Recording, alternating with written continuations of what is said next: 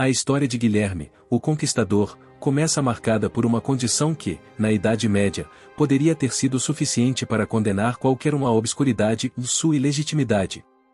Nascido por volta de 1028, na cidade de Falaise, na Normandia, Guilherme era filho de Roberto I, o Duque da Normandia, e de Erleva, uma mulher de origem modesta, filha de um curtidor. A união entre os dois jamais foi formalizada por casamento, o que conferiu a Guilherme, desde o nascimento, o estigma de o bastardo, um título que carregaria ao longo de toda a vida. O contexto político da Normandia à época era complexo. A região, formada por guerreiros vikings convertidos ao cristianismo, possuía uma tradição militar rígida e um sistema feudal ainda em formação. Nesse ambiente, os laços de sangue e de legitimidade tinham enorme peso na sucessão do poder. Portanto, o nascimento de Guilherme fora do casamento representava um obstáculo significativo à sua aceitação como herdeiro legítimo de seu pai. Apesar disso, o Duque Roberto reconheceu publicamente o menino como seu filho e o declarou herdeiro do Ducado Normando. Essa decisão, embora ousada, foi crucial para que Guilherme pudesse aspirar a qualquer posição de destaque no futuro. Ainda assim, o apoio paterno não seria suficiente para garantir sua segurança.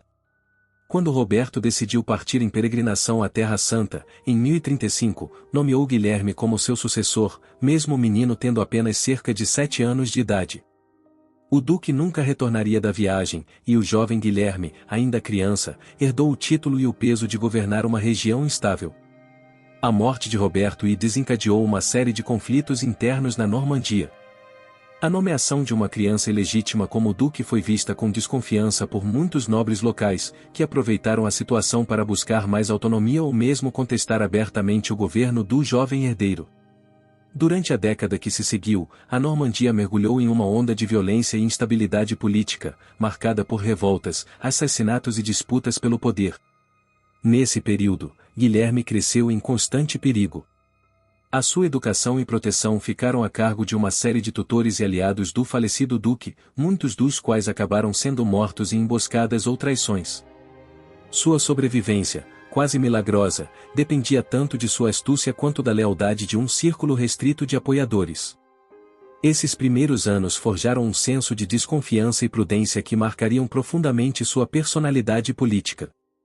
A insegurança da infância de Guilherme contribuiu para moldar um jovem ambicioso e determinado. Desde cedo, ele compreendeu que, para manter sua posição, precisaria se provar não apenas como herdeiro, mas como um verdadeiro senhor de guerra. A necessidade de consolidar sua autoridade o levou a observar com atenção a arte da liderança, a diplomacia e a guerra.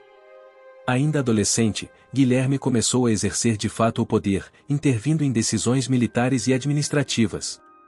Embora ainda fosse considerado um bastardo por muitos, a força de sua liderança precoce começou a atrair a lealdade de cavaleiros e nobres menores, que viam nele uma chance de estabilidade e glória militar.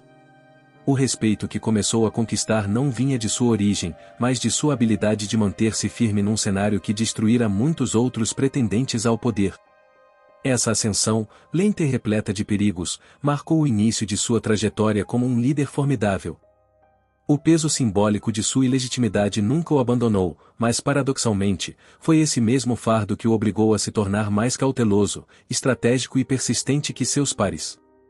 Guilherme aprendeu desde cedo que, para comandar, não bastava apenas herdar um título, era necessário conquistá-lo dia após dia, enfrentando as hostilidades do destino e das armas. A Normandia, por sua vez, serviu como campo de provas para seu espírito conquistador. A dureza de sua juventude na região fortaleceu sua capacidade de resistir às pressões políticas e militares. A cultura guerreira normanda, aliada ao seu desejo de provar seu valor além das limitações impostas pelo nascimento, fez de Guilherme um líder singular, que unia a brutalidade viking com a astúcia política dos nobres feudais. A transição da adolescência para a idade adulta marcou um ponto decisivo na trajetória de Guilherme. Se sua infância fora definida pela sobrevivência, sua juventude foi dominada pela necessidade de se afirmar como governante de fato, e não apenas de nome. A Normandia, embora uma região belicosa por natureza, exigia um líder que soubesse tanto empunhar a espada quanto usar a diplomacia para manter a coesão entre os barões e senhores feudais. Guilherme, ainda jovem, passou a construir sua imagem pública com base em autoridade, prudência e eficácia militar. A consolidação de seu poder não se deu por meio de uma vitória espetacular, mas através de pequenas decisões estratégicas, alianças pontuais e repressões calculadas a revoltas.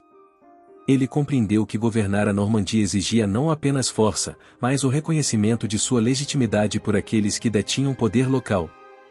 Assim, iniciou um processo gradual de reorganização das estruturas políticas normandas, fortalecendo a figura ducal sem provocar abertamente os interesses dos grandes senhores. Um dos primeiros passos de Guilherme como líder foi a reestruturação da administração ducal. Ele passou a cercar-se de conselheiros fiéis, muitos deles escolhidos por mérito e lealdade, e não apenas por nobreza de sangue.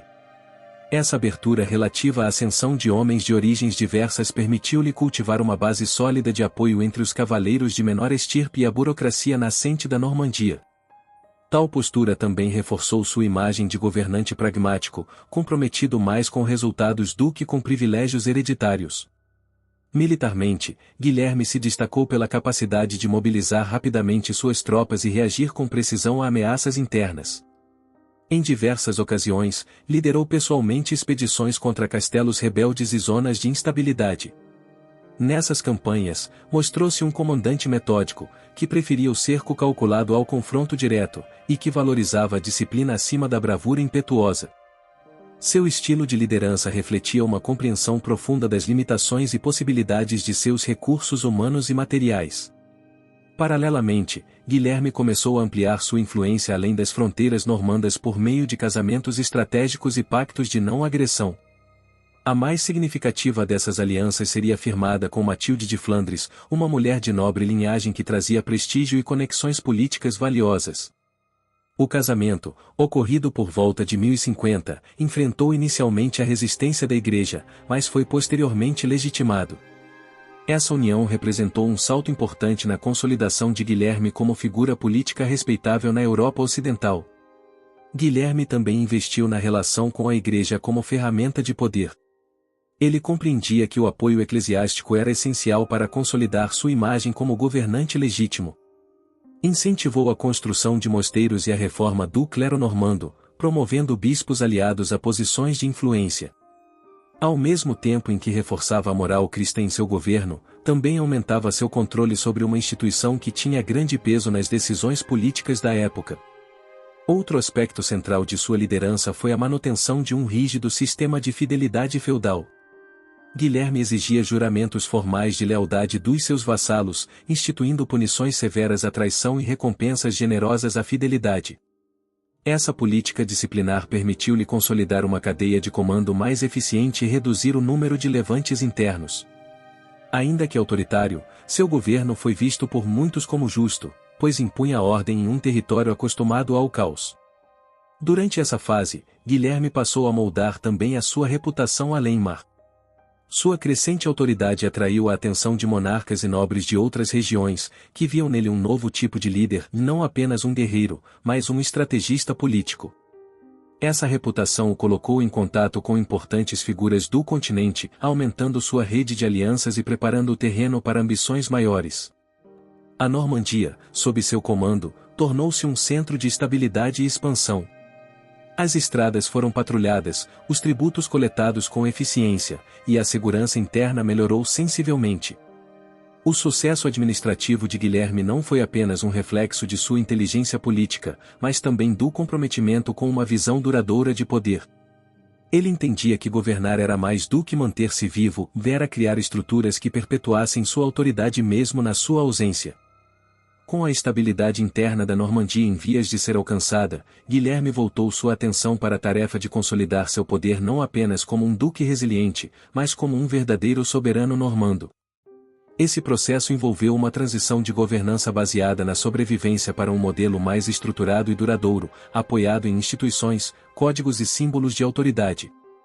A consolidação do poder exigia não apenas a manutenção da ordem, mas a criação de mecanismos que garantissem a continuidade do governo mesmo em tempos de crise. Um dos pilares dessa consolidação foi a centralização do controle político. Guilherme compreendeu que, para manter o domínio sobre um território dividido por rivalidades locais e feudos com interesses próprios, seria necessário limitar a autonomia dos senhores regionais sem provocar uma ruptura violenta. Para isso, reforçou o papel da corte ducal como o principal centro de decisões jurídicas e administrativas, atraindo para si a resolução de disputas antes julgadas localmente. Isso lhe permitiu não só controlar os conflitos entre nobres, mas também apresentar-se como o árbitro supremo da justiça normanda. A administração foi outro ponto central de sua política. Guilherme criou um sistema de registros de impostos e propriedades que permitiu uma arrecadação mais eficiente e menos suscetível a fraudes. Esses registros, rudimentares se comparados aos padrões modernos, já representavam um avanço considerável para a época. A arrecadação consistente de recursos foi vital para manter um exército permanente para financiar obras públicas, como castelos, igrejas e fortalezas, que funcionavam tanto como símbolos de poder quanto como estruturas de defesa estratégica. A consolidação do poder também passou pelo uso inteligente da arquitetura militar. Guilherme iniciou um programa de fortificação do território, erguendo castelos em pontos estratégicos para exercer controle sobre regiões propensas à insubordinação. Essas construções, muitas vezes situadas sobre colinas ou próximas a rotas comerciais, não apenas intimidavam possíveis rebeldes, como funcionavam como centros administrativos regionais. O castelo tornava-se, assim, uma extensão física da autoridade ducal. A relação com o clero foi aprofundada nesse período. Guilherme estabeleceu parcerias estreitas com abades e bispos, muitos dos quais deviam a ele suas nomeações. Em troca, esses líderes religiosos serviam como defensores de sua legitimidade e promotores de sua imagem como governante piedoso. A consolidação do poder não ignorava o simbolismo religioso. Ao associar-se à fé cristã, Guilherme reforçava a ideia de que sua autoridade era sancionada por Deus, um argumento poderoso em uma época profundamente religiosa. Além da autoridade política e militar, Guilherme consolidou seu poder por meio de uma diplomacia habilidosa. Evitou entrar em guerras desnecessárias com vizinhos poderosos, preferindo negociar tratados e alianças matrimoniais. Essa política de cautela externa e força interna permitiu-lhe expandir sua influência sem comprometer a estabilidade recém-conquistada da Normandia. Ao invés de provocar confrontos com a França ou outros ducados, ele optava por assegurar sua retaguarda, mantendo relações neutras ou cordiais enquanto amadurecia seus projetos futuros. A justiça também se tornou um instrumento essencial de controle. Guilherme introduziu normas mais claras sobre propriedade, herança e fidelidade feudal. Ao padronizar certos aspectos legais, reduziu a arbitrariedade das decisões locais e impôs uma autoridade jurídica central. Isso aumentou a previsibilidade das punições e reforçou a ideia de que o poder ducal era amparado pela lei, não apenas pela força. Outro ponto importante foi o fortalecimento da cultura de lealdade pessoal. Mais do que a submissão imposta por medo, Guilherme incentivava uma relação direta com seus vassalos, baseada em juramentos de fidelidade que envolviam não apenas obrigações militares, mas também apoio político e econômico. A quebra desses juramentos era tratada como crime grave, e a lealdade recompensada com terras, títulos e proteção. Essa relação pessoal serviu como um poderoso cimento social entre o duque e sua nobreza. Durante essa fase, Guilherme também consolidou sua imagem pública. Promoveu cerimônias formais, distribuía recompensas de maneira visível e participava de rituais religiosos com frequência, fortalecendo sua presença como figura central da vida normanda. Sua imagem começou a se distanciar daquela do duque guerreiro em constante defesa, transformando-se no modelo de governante estável, eficiente e providencial. Ao fim desse período, a Normandia já não era apenas um ducado que sobrevivia por causa da liderança firme de seu governante, tornará-se um território com instituições operantes, um exército disciplinado, uma rede de fortalezas eficaz e uma elite nobre amplamente integrada ao projeto de poder de Guilherme.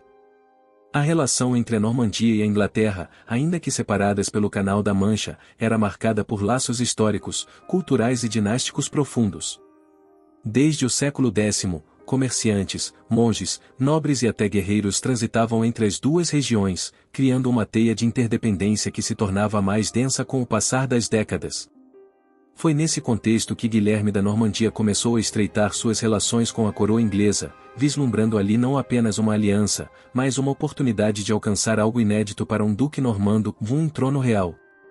A morte do rei Eduardo, o Confessor, parecia um evento distante na juventude de Guilherme, mas o cenário político inglês começou a interessá-lo cada vez mais à medida que o reinado de Eduardo se prolongava sem gerar herdeiros. Eduardo tinha raízes normandas por parte de mãe e passará parte de sua juventude exilado na corte da Normandia. Essa conexão serviu como base para uma relação pessoal entre os dois líderes, marcada por respeito mútuo e conveniência política. A partir do momento em que se tornou claro que Eduardo não teria filhos, a sucessão da coroa inglesa tornou-se objeto de intensos debates e disputas veladas. Foi nesse cenário que Guilherme alegou ter recebido uma promessa direta de Eduardo de que seria nomeado seu sucessor. Embora essa promessa jamais tenha sido registrada formalmente, o duque normando passou a tratar essa palavra como um compromisso legítimo, reforçando seu direito ao trono inglês com base nessa suposta aliança pessoal. Além disso, Guilherme procurou consolidar sua posição por meio de alianças com elementos da própria nobreza inglesa. Uma figura central nesse esforço foi Haroldo Godwinson, um dos homens mais poderosos da Inglaterra e principal conselheiro do rei Eduardo. Segundo os relatos normandos, Haroldo teria sido feito prisioneiro durante uma viagem à Normandia e, ao ser libertado por Guilherme, jurou fidelidade a ele e reconheceu sua pretensão ao trono. A validade e a coerção desse juramento seriam posteriormente questionadas, mas, para Guilherme, tratava-se de uma peça-chave para sustentar sua reivindicação. A partir desse momento, a aliança com a Inglaterra deixou de ser apenas uma questão de amizade entre governantes e passou a integrar a estratégia de expansão de poder do Duque da Normandia. Guilherme começou a preparar-se diplomaticamente para uma eventual transição de poder na ilha, assegurando o apoio de nobres continentais e buscando a bênção da Igreja para uma possível investida. O trono inglês deixava de ser uma hipótese distante e passava a ser um projeto político claro. Guilherme também sabia que, para ser aceito como rei por uma elite aristocrática anglo-saxônica, precisaria apresentar-se não como um conquistador estrangeiro, mas como um legítimo herdeiro do falecido monarca. Assim, ele começou a investir na criação de uma narrativa de continuidade dinástica e de proximidade cultural, realçando os vínculos históricos entre normandos e ingleses e a herança cristã comum entre ambos os povos. No plano internacional, Guilherme buscou neutralizar possíveis rivais ou opositores à sua pretensão. Estabeleceu canais diplomáticos com o Papa Alexandre II, buscando apoio moral e religioso à sua reivindicação. A diplomacia com a corte francesa, que historicamente via com desconfiança o poder normando, também foi cuidadosamente conduzida para evitar interferências. Guilherme compreendia que sua investida futura na Inglaterra exigiria mais do que força militar e precisaria também de legitimidade reconhecida por outros soberanos europeus. Nesse momento, a preparação para a possível sucessão inglesa tornou-se um dos eixos centrais da política externa da Normandia. Cartas foram trocadas, juramentos foram firmados, e informações sobre o cenário interno da Inglaterra passaram a ser cuidadosamente colhidas.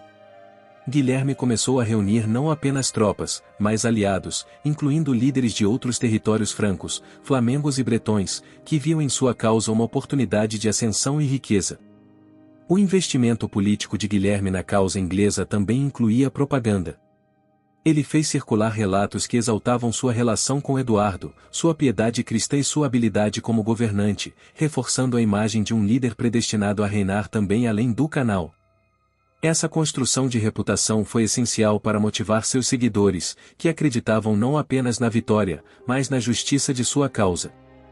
Ao final desse processo, a aliança entre Guilherme e a Inglaterra já não era mais uma mera amizade entre cortes, mas um elo estratégico que lhe permitia sonhar com a unificação de dois territórios sob uma mesma coroa.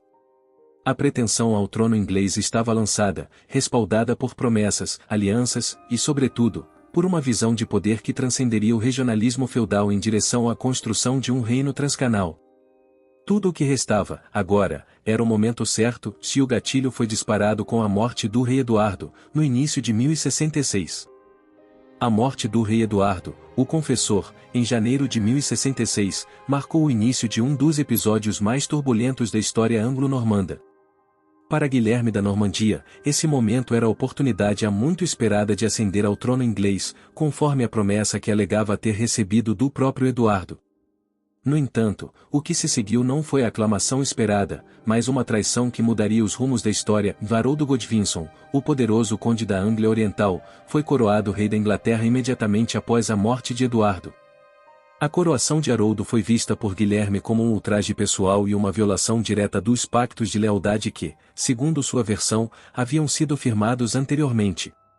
Para os normandos, Haroldo não era apenas um usurpador, era um perjuro, alguém que havia jurado fidelidade diante de relíquias sagradas e quebrado esse voto em troca de poder imediato. Essa traição não apenas feriu a honra de Guilherme, como desafiou a legitimidade de seu projeto político cuidadosamente construído ao longo de anos. A reação do duque foi rápida e calculada. Ele convocou seus conselheiros, barões e cavaleiros para discutir as implicações do ato de Haroldo. Mais do que um simples conflito entre rivais, Guilherme passou a apresentar sua causa como uma cruzada pela justiça e pela restauração da ordem legítima. O rompimento de um juramento solene, na visão normanda, era um pecado grave, e combatê-lo tornava-se um dever não apenas político, mas também religioso.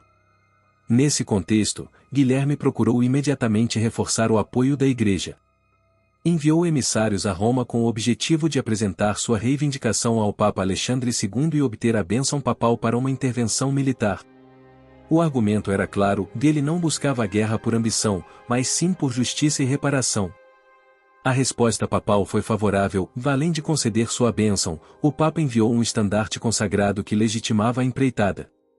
Esse gesto conferiu um peso moral decisivo à campanha de Guilherme e atraiu seguidores de diversos cantos da Europa. Com a causa agora envolta em um manto de legalidade e santidade, Guilherme começou os preparativos logísticos para a invasão da Inglaterra.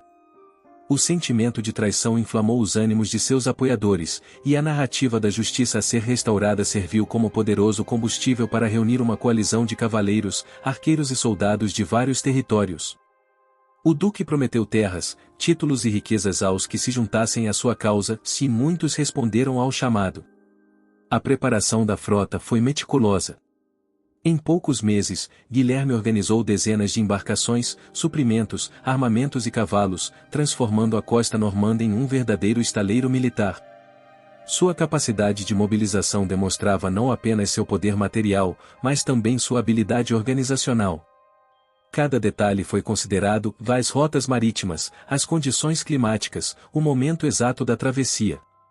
Tudo deveria convergir para um desembarque rápido e eficiente no solo inglês. Enquanto isso, na Inglaterra, Haroldo consolidava sua posição como rei, tentando conter possíveis rebeliões internas e preparar o reino para a ameaça de invasão. A tensão crescia dos dois lados do canal, e a expectativa de um confronto inevitável tornava-se cada vez mais palpável. No entanto, Guilherme não agiu precipitadamente. Ele aguardou o momento estratégico ideal para cruzar a Mancha, um movimento que exigia não apenas coragem, mas paciência e frieza tática. A traição de Haroldo também teve um efeito duradouro sobre a identidade política dos normandos. A narrativa do perjúrio e da usurpação foi intensamente propagada por Guilherme e seus aliados, criando um discurso que justificava a guerra e mobilizava o sentimento coletivo. Essa retórica transformou a campanha militar em algo mais do que uma disputa pelo trono, era uma missão moral, uma resposta à quebra da palavra e à ofensa à honra normanda. Para Guilherme, o episódio da traição teve ainda uma dimensão pessoal.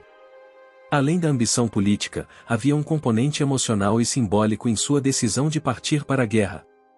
Seu projeto de vida estava ameaçado, sua credibilidade em jogo e sua autoridade moral questionada. Ele compreendia que, se não reagisse com vigor, correria o risco de ser visto como fraco ou incapaz de defender seus próprios direitos. Ao fim dessa etapa, a Normandia estava unida em torno de um propósito comum, vingar a traição e conquistar a Inglaterra. O caminho para a Batalha de Hastings estava traçado, e o Duque Normando, agora legitimado por força, fé e convicção, preparava-se para atravessar o canal e mudar para sempre o destino das Ilhas Britânicas. A travessia do Canal da Mancha em 1066 marcou um dos momentos mais decisivos da história europeia medieval. O empreendimento militar liderado por Guilherme da Normandia envolveu uma mobilização logística sem precedentes. Mais do que uma simples invasão, a travessia foi o resultado de meses de preparação tática e estratégica, com cada detalhe meticulosamente planejado. Atravessar o mar e desembarcar em solo hostil exigia não apenas poder bélico, mas também uma liderança capaz de inspirar confiança e disciplina em um exército composto por homens de diferentes origens. A frota normanda partiu de Dives-sur-Mer, após aguardar ventos favoráveis, dirigiu-se até Saint-Valery-sur-Somme, onde as condições climáticas mantiveram os navios ancorados por dias. Esse atraso inesperado testou a paciência e a moral das tropas, mas também evidenciou a prudência de Guilherme. Ele sabia que uma travessia apressada poderia resultar em desastre. Ao aguardar o momento propício, demonstrou sua capacidade de liderar não apenas pela força, mas pela estratégia. Quando finalmente os ventos mudaram, a frota zarpou rumo à costa sul da Inglaterra, desembarcando em Pevensey, no condado de Sussex. O desembarque foi bem sucedido e quase sem resistência, já que Haroldo Godvinson e seu exército encontravam-se ao norte, enfrentando uma outra ameaça, a invasão viking liderada por Harald Hardrada.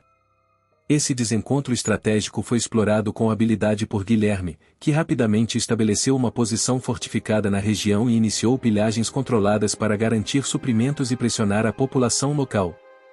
A resposta de Haroldo foi veloz, mas custosa.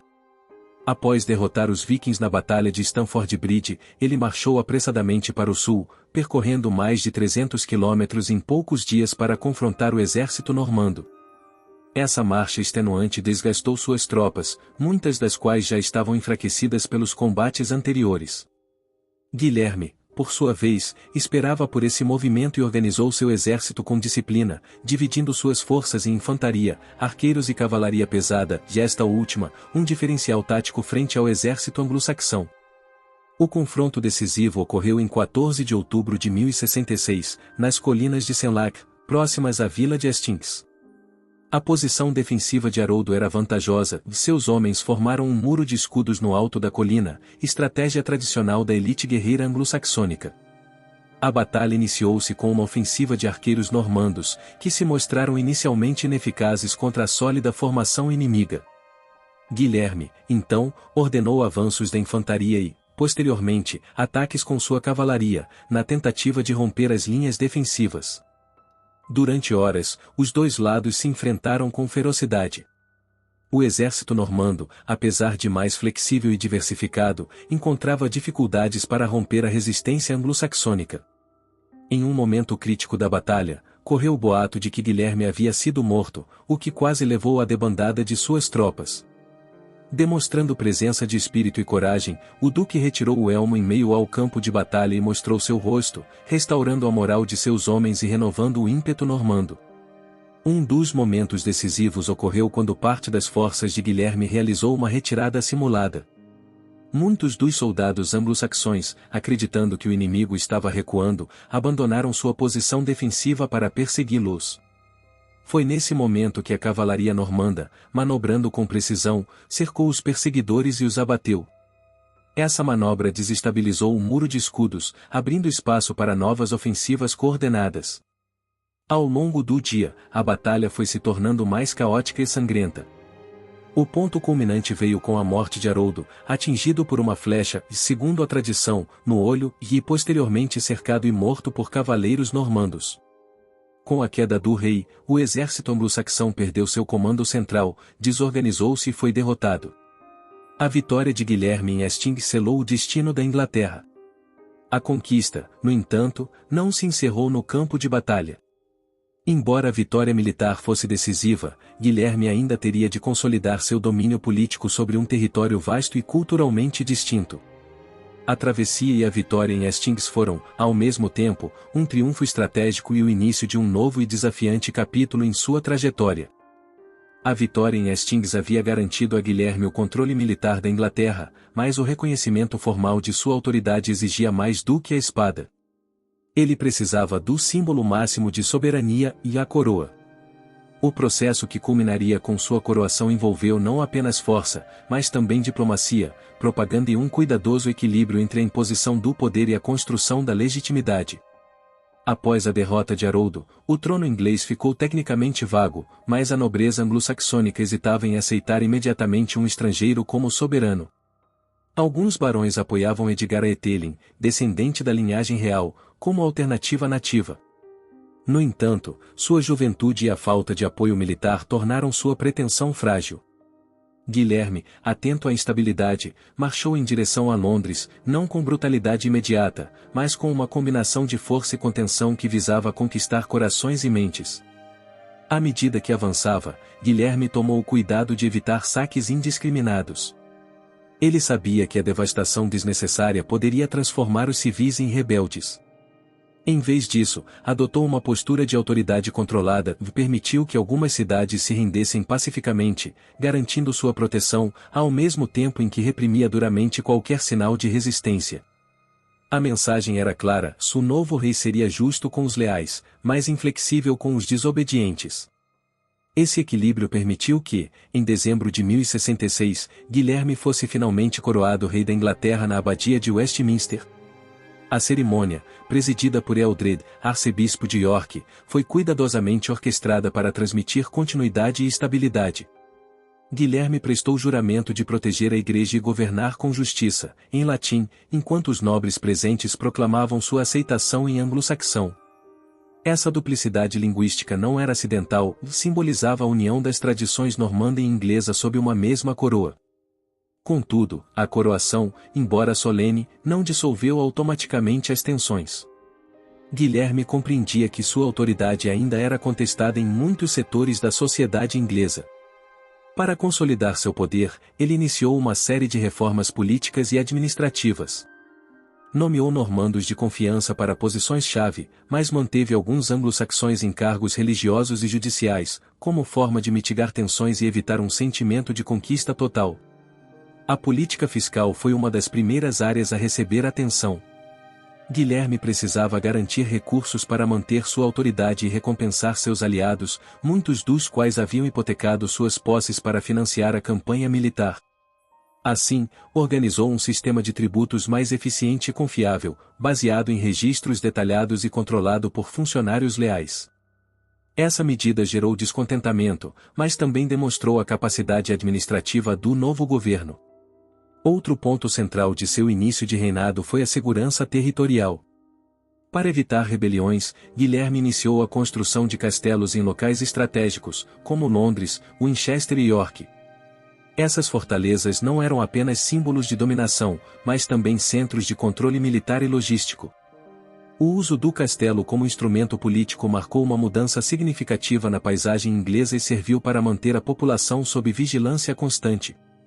A relação com a Igreja inglesa também foi fundamental para o fortalecimento do reinado. Guilherme buscou manter boas relações com o clero local, mas ao mesmo tempo promoveu a substituição gradual dos bispos anglo-saxões por prelados normandos. Essa renovação do alto clero teve dupla função: garantir fidelidade ao novo regime e alinhar a Igreja inglesa mais estreitamente com as práticas do continente, especialmente no que se refere à disciplina eclesiástica e à lealdade papal.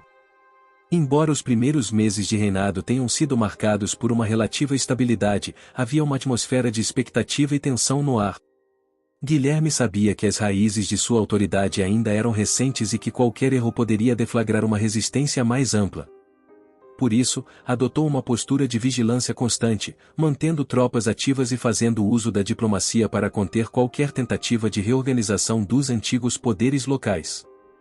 O início do reinado de Guilherme, portanto, foi um momento de transição delicada.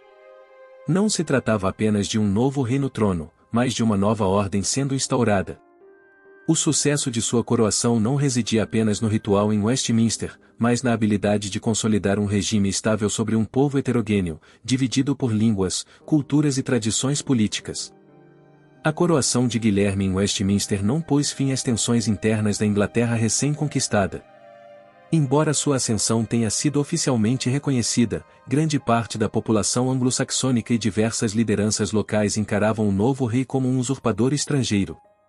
A insatisfação não era apenas política, mas profundamente cultural e social, alimentada pelo ressentimento frente à imposição de um domínio normando que alterava estruturas tradicionais enraizadas há séculos.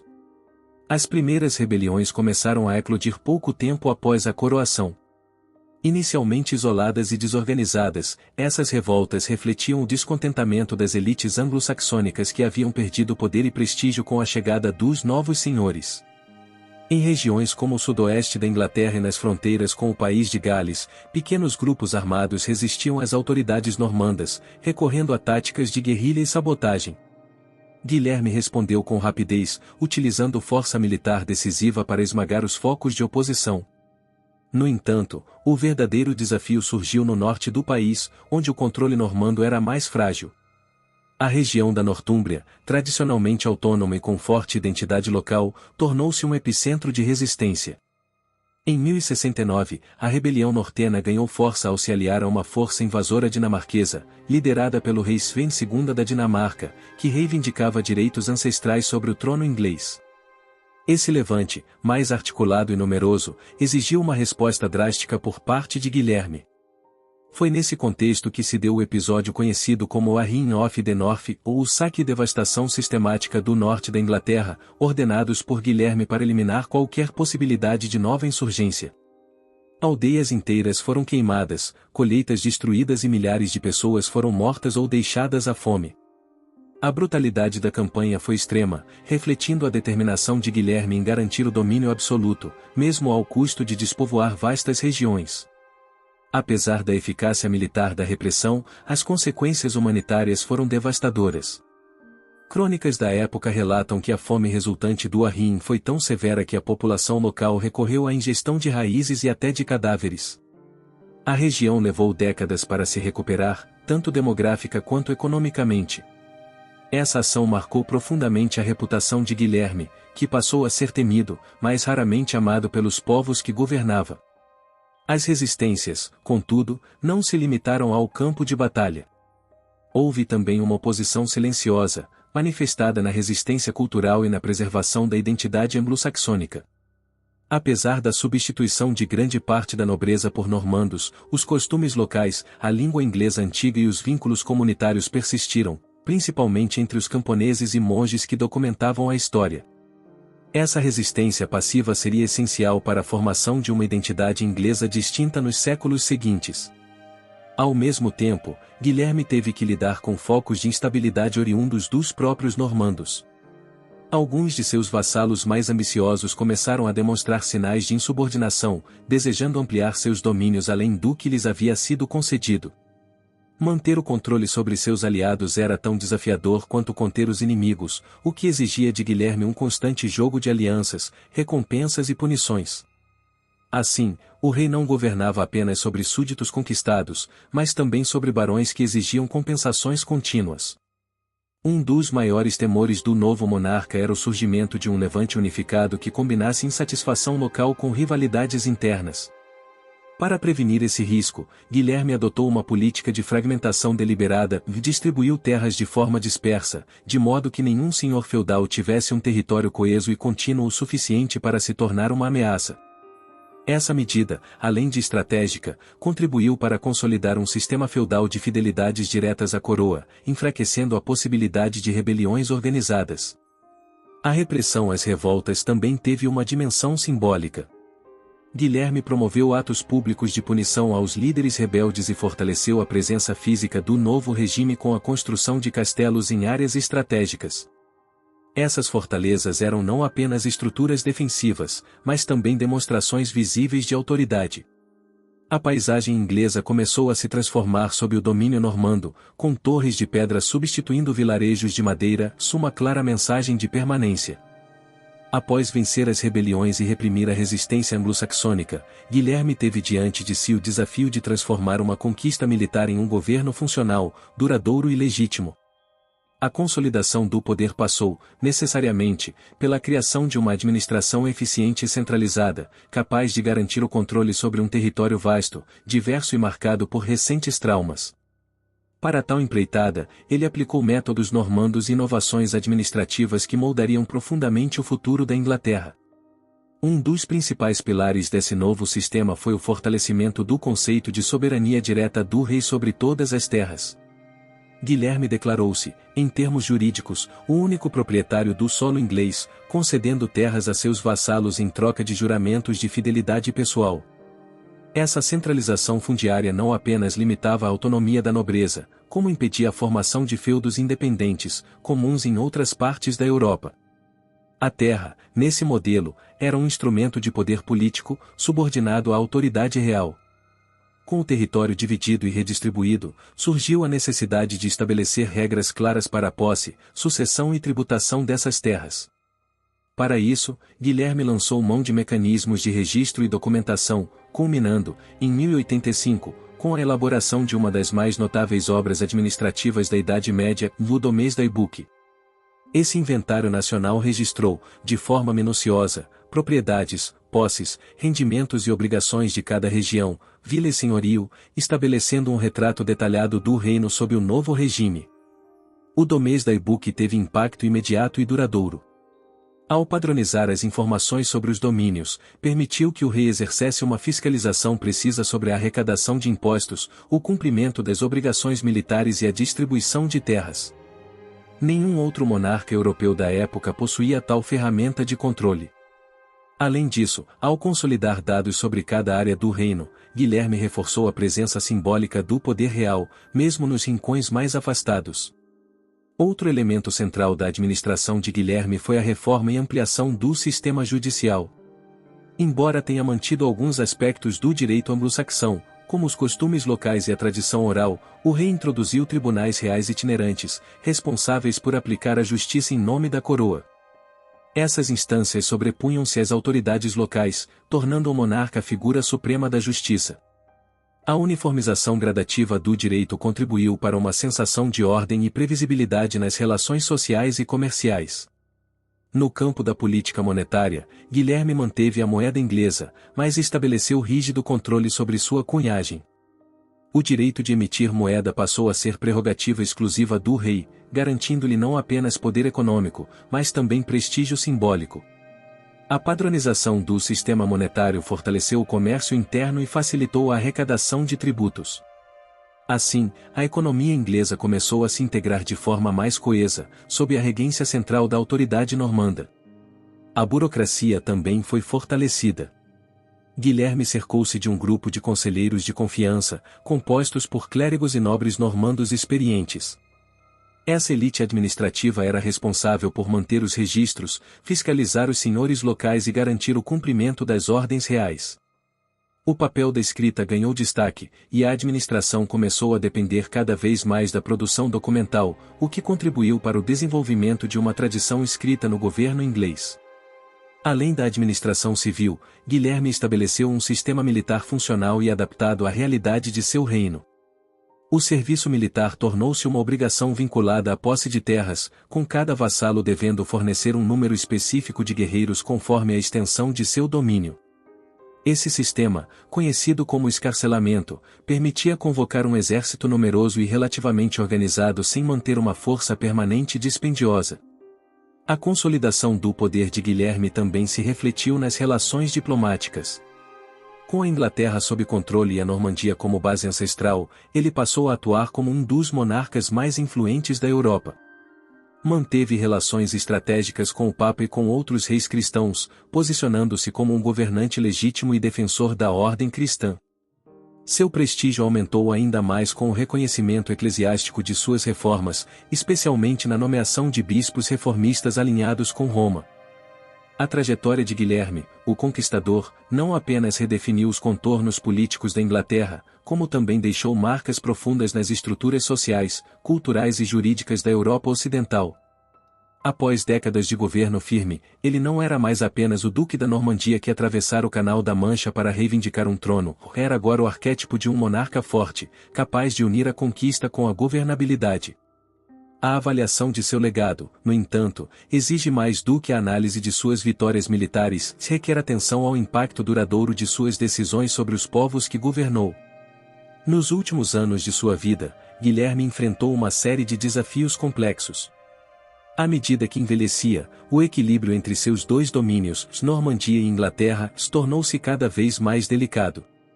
Embora governasse ambos os territórios com autoridade, havia tensões constantes quanto à sucessão e à lealdade dos nobres, sobretudo porque seus filhos começaram a disputar influência e favores. O modelo de domínio pessoal, centralizado em sua figura, mostrava-se difícil de manter à medida que os conflitos familiares e regionais se intensificavam. A sucessão foi um dos maiores dilemas enfrentados por Guilherme no fim de sua vida. Seu primogênito, Roberto Curtosi, possuía o direito tradicional à herança da Normandia, mas sua relação com o pai era marcada por rivalidade e desconfiança. Guilherme chegou a entrar em confronto direto com ele, quando Roberto tentou usurpar autoridade sobre parte do ducado. Já Guilherme, o segundo filho, demonstrava mais lealdade e competência, o que levou o rei a designá-lo como herdeiro da coroa inglesa. Essa divisão de herança, embora pragmática, semeou discórdias que afetariam o equilíbrio político após sua morte. A morte de Guilherme não foi gloriosa. Em 1087, durante uma campanha militar contra o rei da França, seu antigo aliado e, então, rival, Guilherme foi gravemente ferido durante o cerco à cidade de Mantes. Uma queda do cavalo provocou lesões internas severas, e ele foi levado à cidade de Rouen, na Normandia, onde permaneceu acamado durante semanas. Sua agonia foi longa e marcada por reflexões sobre seu reinado, pedidos de perdão e distribuições finais de seus bens entre seus filhos e a igreja. Seu falecimento revelou a fragilidade da autoridade pessoal sobre a qual seu império fora construído. O velório e o sepultamento de Guilherme foram marcados por constrangimentos e simbolismos desconfortáveis. Durante o funeral, um incêndio eclodiu na cidade, sendo interpretado por alguns como sinal divino de desaprovação. Além disso, houve disputas quanto ao local de sepultamento, e o túmulo original foi violado e reconstruído diversas vezes nos séculos seguintes. A própria cerimônia fúnebre contrastava com o esplendor de seu reinado. Apesar disso, o impacto de Guilherme foi duradouro. Ele transformou radicalmente a elite dirigente da Inglaterra, substituindo a nobreza anglo-saxônica por uma aristocracia normanda, cujas linhagens dominariam o reino por gerações. Essa substituição não foi apenas social, mas também cultural, com a introdução do francês normando como língua da corte, do direito e da administração. Embora o inglês popular tenha sobrevivido, o vocabulário e a estrutura da língua inglesa moderna foram profundamente influenciados por essa fusão linguística. No campo jurídico, Guilherme contribuiu decisivamente para a formação de um sistema centralizado, que inspiraria, séculos depois, o desenvolvimento do Common Law. Sua insistência na autoridade real sobre todas as terras e sua visão de soberania criaram um precedente para a centralização monárquica que definiria o modelo inglês. Essa concepção de poder, enraizada na figura do rei como fonte última de justiça e propriedade, permaneceu como um dos pilares da monarquia britânica. Outro legado de Guilherme foi sua visão de realeza associada à burocracia. Ele não governou apenas por meio de força e tradição, mas estruturou um modelo de Estado apoiado em registros, inspeções e administração contínua. Essa tendência, ainda embrionária no século XI, ganharia força nos séculos seguintes, sendo reconhecida como um dos germes do moderno Estado-nação europeu. Sua capacidade de unir eficiência administrativa com controle político foi uma das bases do sucesso de sua dinastia. Guilherme também inaugurou uma nova concepção de identidade nacional. Ao impor um novo idioma de elite, reorganizar a estrutura fundiária e reconfigurar as instituições jurídicas e eclesiásticas, ele catalisou um processo de transformação profunda da sociedade inglesa. Paradoxalmente, ao destruir o antigo sistema, lançou os fundamentos de uma nova Inglaterra, unificada sob parâmetros distintos, mas dotada de uma coesão que resistiria ao tempo. Por fim, o legado de Guilherme pode ser resumido em sua capacidade de converter conquista em permanência. Sua trajetória revelou não apenas a brutalidade da guerra, mas a complexidade da construção do poder. Seu nome atravessou séculos como símbolo de determinação, audácia e visão política. A Inglaterra que emergiu após sua morte já não era a mesma ilha fragmentada que ele encontrara, era um reino integrado, com instituições em formação e com um novo lugar no cenário europeu. Guilherme, o Conquistador, deixou de ser apenas um homem e tornou-se um marco na história da monarquia e da construção do Estado.